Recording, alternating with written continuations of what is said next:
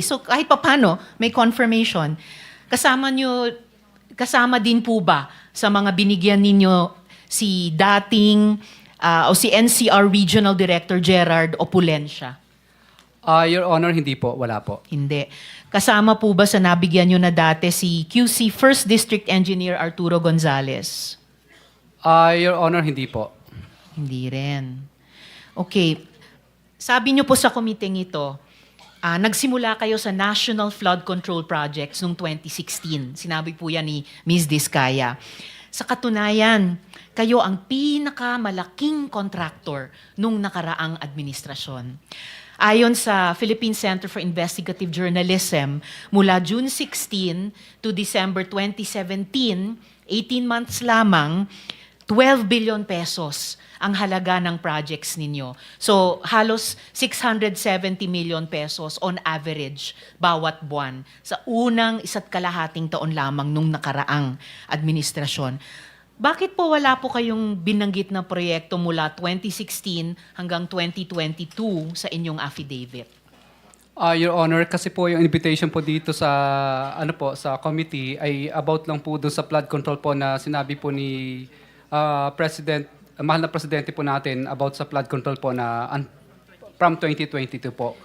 So Opo. kung hiningi ng Blue Ribbon Committee na mag-submit kayo ng supplemental affidavit ng mga flood control projects ninyo mula 2016 hanggang 2022, magagawa nyo po yon. Yes po, Your Honor. Alright, salamat. Now, Mr. Chair, mga tanong ko po kay former Undersecretary Bernardo. So, Yusek, tama ba itong isang sinabi ni Engineer Alcantara na sina Engineer Hernandez ang may ghost project pero kayo daw mayroong mga negosyo? Kasi umamin kayo sa may mali kayong ginawa. Sabi nyo, quote, "Hindi ako naging matatag at tapat sa pagtupad sa tungkulin." So ano po yung mga maling iyon? You deny only ghost projects pero you admit wrongdoing. Tama po? Yes po, Mr. Chair. Unang-una po yung aking deklarasyon kay Congressman Zaldico na tumanggap po ako ng sinasabi ni Alcantara, ni Engineer Alcantara, ng 1% doon sa kwan. Pero hindi ko po makumpirma kung ano. Basta tumanggap po ako doon. Hindi ko po alam na ang halaga. Ang iba naman po, yung mga proyekto na hinawakan niya ay dumaan po sa akin. Parang nung kinuha ko po yung listahan sa kanya, ay ipinasa ko po sa nagpondo. At the same time po, nung dalin po niyang ang pera, ay binigay ko po doon sa mga tao na kausap ko. So yun po yung ako po ay umaamin na naging instrumento doon sa mga pagkakataong yun. Okay, Yusek, pero I hope pwede kayong maging mas forthright sa mga huling tanong ko sa inyo dahil di naman ako makapaniwala na ang isang inhinyerong umabot sa mataas na antas ay hindi maalala kung 1% nga ba or more or less. So please be forthright sa committee ito hanggang sa huling mga tanong ko. Mr. Chair, I confirm po the 1% na sinasabi niya kasi sinabi po niya sa akin na mayroong 2% yung ilalabas ni Mr. Zaldico, ni Congressman Zaldi. So sabi niya sa akin, boss, hati na tayo sa 2%. So yun po ay, kumbaga, pagka po nagbibigay siya, sinasabi po niya ay 1% yun nung pondo ni Congressman Zaldi. So yun po, Mr. Chair, ay inamin ko po yun na akin pong natanggap. Ngayon po, Yusek, yung inamin nyo pong katiwalian, whether itong 1% or yung iba pang ma-establish ng komite, hindi lang po yan sa Bulacan na nangyari, di po ba? Nangyari rin po yan sa ibang mga lugar na hawak ninyo. And I mean, kasi sabi nyo po, Luzon kayo mula Region 3 hanggang 5 at Visayas, so Region 6 hanggang 8. So yung ganito pong mga katiwalian, nangyayari din po ba sa ibang mga lugar na iyon? As far as me is concerned po, Mr. Chair, hindi po ako ang ano doon. Ito lang pong kay Alcantara ang kamukha po na nakalagay sa aking affidavit ay kinumpirma ko po na ito po'y talagang inaamin ko na sa mga pagkakataong ito ay ako po'y naging instrumento doon sa transaksyon na inano po sa kay Engineer Alcantara. Sa iba pong mga probinsya ng Region 3, bukod sa Bulacan, nangyayari din po ba yung ganitong mga katiwalian? Hindi ko po kayang sagutin yun, Mr. Chair. Sorry po kasi hindi po ako nakakaalam doon sa mga lugar na yun. Sa Region 4A po ba, nangyayari din yung ganitong mga katiwalian? Ako po, usually, ang naririnig ko lang po, hindi ko po kumpirmado, ay siyempre po pagka po ang mga proyekto ay nasa district. So district engineer po at mga representative po yung magkakausap dyan. Hindi ko na po alam kung anong detalye ng kanilang usapan. Yun po, Mr. Chair. Yung sa Region 4B po, bukod sa Mindoro Oriental at Occidental na tanyag na feature ni Chairman Ping sa kanilang privilege speeches, nangyayari din ba sa ibang mga lalawigan ng rehiyong iyon? Mr. Chair, parang ang ano ko po ay hindi ko naman po masabing ano, pero tingin ko po nangyayari po yun doon na meron din ganyang transaksyon. Saka ko na lang itatanong yung Region 5 hanggang 8 kasi may isang kulang na lang ng 1 minuto natitira sa akin. Huling tanong na lamang po, Mr. Chair, kay Yusek Bernardo. Ayon sa isang interview kay dating DPWH Secretary Babe Singson, nagulat siya nung nabalitaan nila na biglang naging ASEC at USEC kayo pagkatapos nung kanyang term.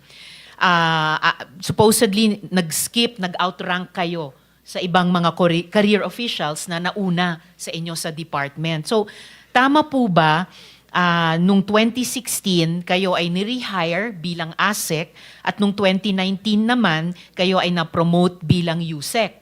Tama po?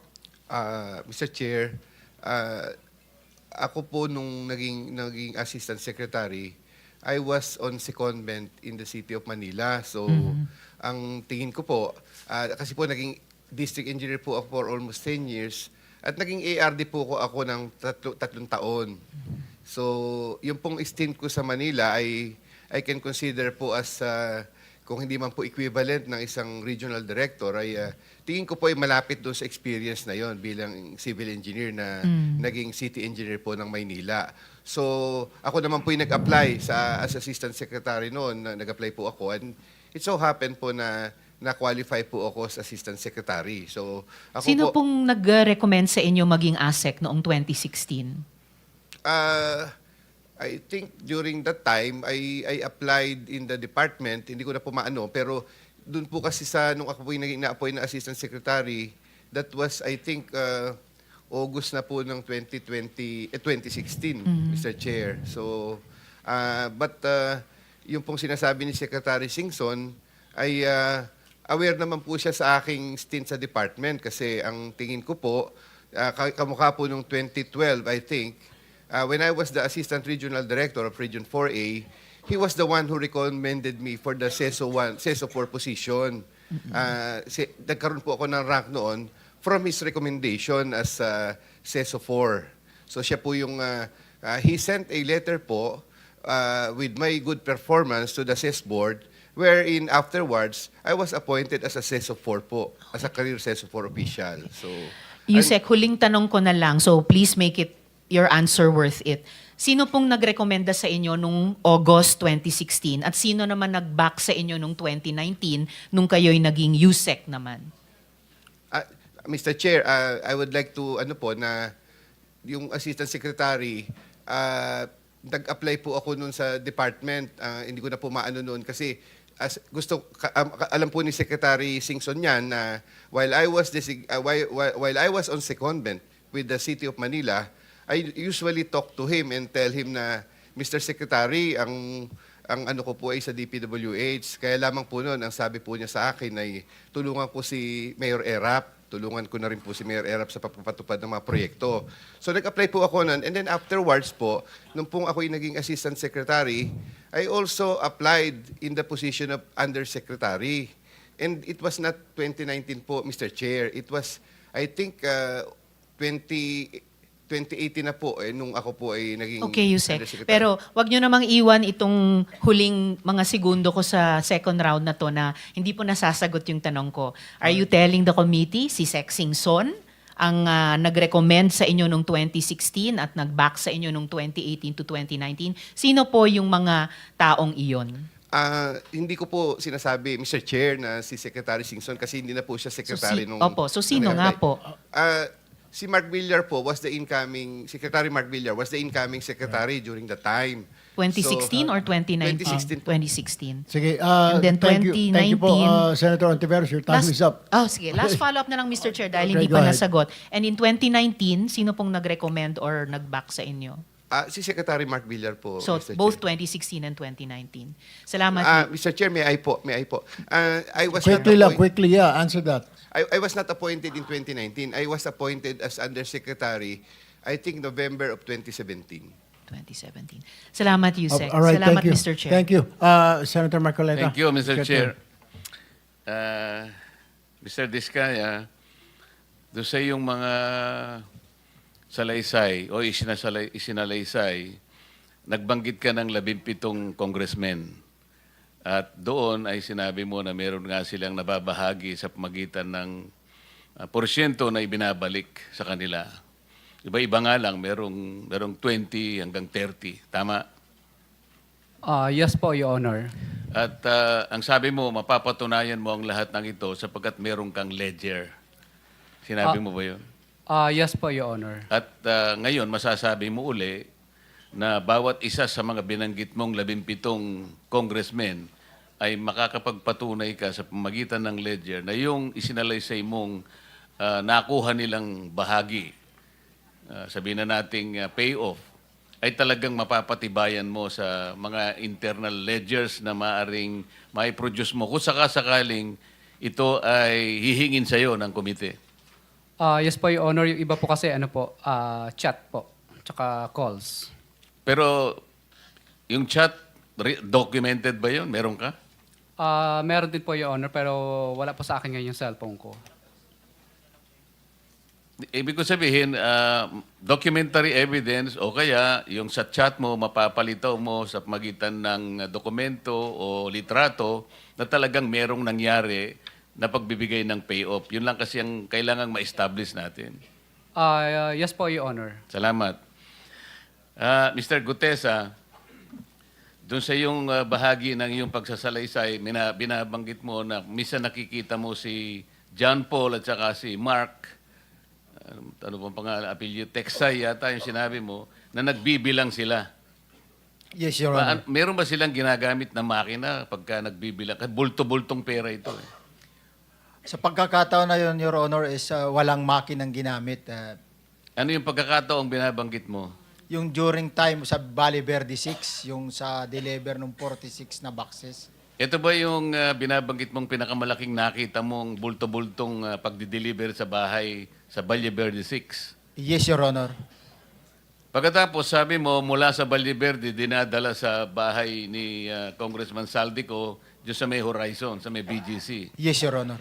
At sabi mo, mula sa 46 luggages, ang binababa nyo na lang ay 35. Yes, Your Honor. Sa Makatwid, merong differential na 11 luggages. Yes, Your Honor. Paano nyo, hindi ba kayo nagtatanong, teka muna, ang ipinanhik natin 46, bakit 35 na lang? Baka mamaya hanapin sa atin to. Di ba kayo nag-uusap-usap magkakasama? Sa mga pagkakataon na yun, Your Honor, wala na kaming time para mag-uusap. Ang sinusunod lang namin, pag tumawag na nasa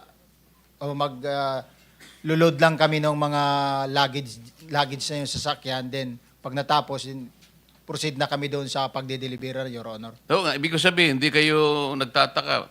Ang ipinanhik natin, ang dinala natin 46, bakit 35 na lang? Baka tayo hanapan. Hindi na namin alam yun, Your Honor. Wala na kaming idea kung anong nangyari Ang ibig sa mo taas. sabihin, kung ano lang yung dadalhin nyo, nagkakasya na lang kayo doon. Yes, Your Honor. Senator Marcolita, kunti lang. Mr. Chair, yung binabanggit palagi na John Mark at saka sino isa? Dalawa? Tao ni Saldico? John Paul, John Paul and- Estrada and Mark Tiksay. Mark? Tiksay, Your Honor. May move that they can be, they will be invited for the next hearing, Take Mr. Chair? note, Committee Secretary. Wala pa yung dalawa. Wala pa. Thank you, Mr. Chair. Thank you. Mr. Chair? Yes, with the Request. indulgence of... With the indulgence of Senator Marcoleta, request lang po sa Chair, brief.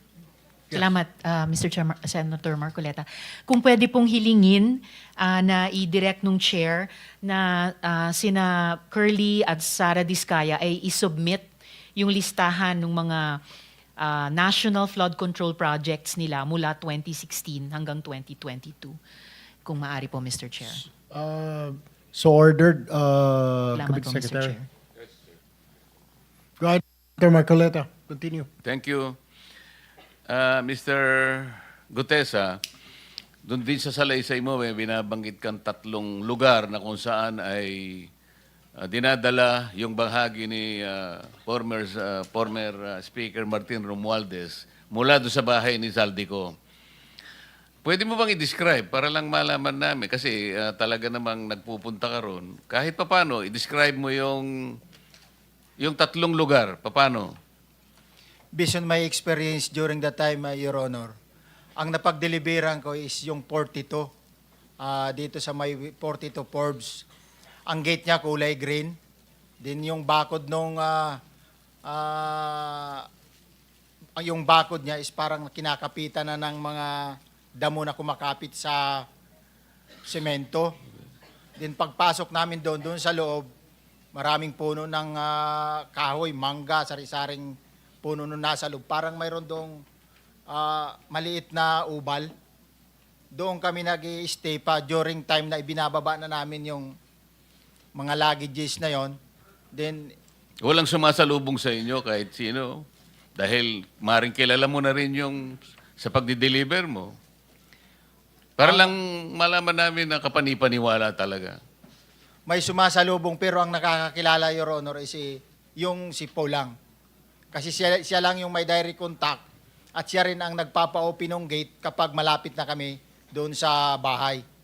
Yung pangalawang lugar, Yung pangalawang lugar yun yung sa Nara, yung sa sinasabi ko kanina, na yung sa 19, na dating bahay ni Michael Yang. anong itsura naman nun? White lang yun, Your Honor eh. Ano? Kulay white lang yung ano niya, pintura, Yung gate. yung gate. O bukod sa gate, ano yung napansin mo? So, malapad siya, Your Honor, tapos maluwang siya. Yun lang naman yung ano ko doon. Kasi pag mga ganon, ang mission lang namin is ibaba yung malita. Pag naibaba, extra gate na. Wala nang ibang ano. Ganon at ganon ang nangyayari kapag may dinideliver kayong basura. At yung pangatlo nga, yung Sen- sinasabi mo sa... Senator Marcoleta, may batin. Yung pong sinasabi nyo kay Michael Yang, paano po nyo nalaman na kay Michael Yang po yun, na paano napunta kay speaker yun, na sinasabi nyo si speaker na may-ari? Sabi nila, nabili daw ni speaker eh. Sino nagsabi po sa Yung inyo? kasamahan ko rin mga security. Security. Ang nagsabi sa iyo na ito galing kay Michael Yang, kay speaker na ngayon. Opo, sir. Alright, thank you. Yung pangatlo, ito nga yung sa Aguado Street. Aguado. Pero hindi na po ako ang nakapag-deliver dyan, yung mga tropa ko rin na duty, kung sinong duty, at the time ng delivery dyan. Paano mo nalalaman na ginagamit yung pangatlong lugar na yon?